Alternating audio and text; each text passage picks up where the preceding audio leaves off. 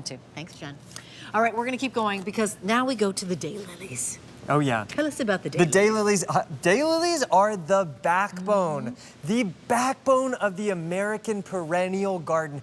This is a plant, if you're not sure what to put somewhere, you plant the daylilies because they pack such a wonderful, beautiful punch of blooms with such low maintenance. They handle the intense summer heat, the droughts, they handle intense cold winters. You could even run over them with a lawnmower and they're still gonna grow because you just can't go wrong with them. They are so durable. They are the starter plant. They are. They absolutely are. It's the first plant I bought from Roberta, a collection of daylilies at today's special value, probably, I don't know, 13 years ago or something like that.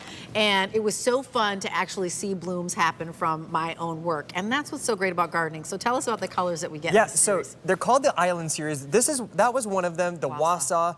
Here is the second one in the bunch, the Sapelo Island. Huge, 6 to 7 inch wide flowers. Now, look over there on the left.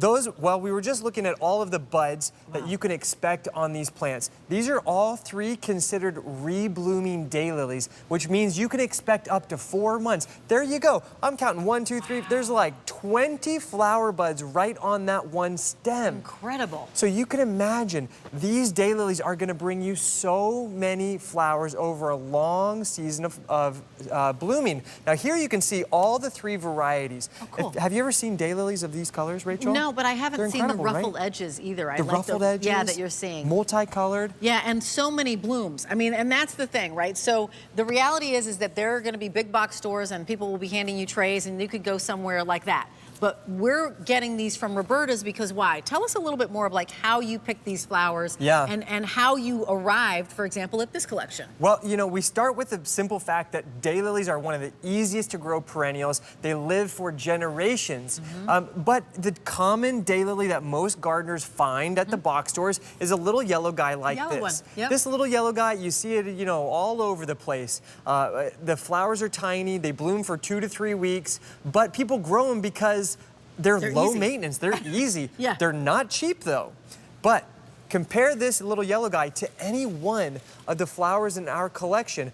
Ours are much bigger, much more colors on each and every flower. And the sheer number of blooms that you can expect from ours over their long reblooming season, it blows these out of the water. So There's you're no getting comparison. more color or dimension of color, right? You're getting more blooms as well. And it still has all the ease of the daylily. Oh, more blooms, but then blooming again. Because it's a rebloomer. And tell us what a rebloomer is. Yeah, to be considered a reblooming daylily means they need to bloom at least twice as long as the average daylily. So we're talking up to 4 months of flowers. Now here you can see a little bit of a mass planting of daylilies right by the roadside. You know, if the salt truck in the wintertime is like blowing salt over them, they don't care. You know, your lawnmower guy runs over them, they don't care. Rocky soil, clay soil, intense summer sun, they don't care. Now here is the Jekyll Island. This is the one with the ruffled edges. Yeah, I love it. It's like a designer look in a daylily, unlike anything you've seen before. And where does this need to be? Like full sun, partial sun? Can I plant these in the shade? Can I plant them in the mud? Tell us the story. They love to be in hot, sunny conditions.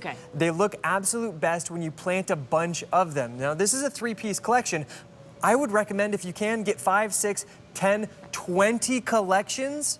Line your borders, your walkways, put them at the end of your driveway, plant them where the hose doesn't reach. Once you get them in the ground, you don't have to do anything else. So speaking of space, let's talk about spacing then. If you're talking about multiple collections, how far should I space them apart if I'm lining my walkway? I love to space them about 24 inches apart from one another. That's going to allow them to retain their own composure without growing too close into one another, but they're still going to be able to touch shoulders. That's how you do it really well. We want lots of sun. We want them about 24 inches apart.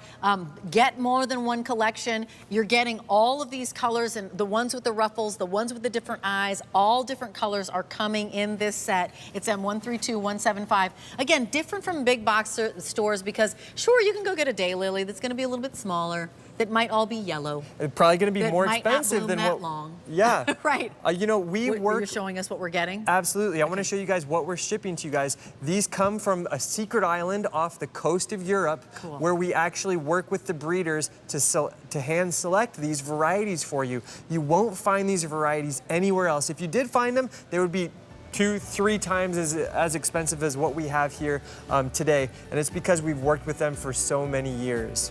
It's M132175. That's your item number. 3 easy payments of $10.99. And again, these are the daylilies, which everybody says too dumb to die. Oh yeah, too dumb so to die. true.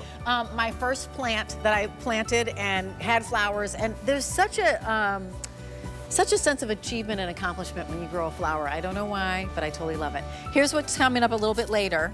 Jen, can you try me in my ear? So this is what's coming up. This happens to be the hardy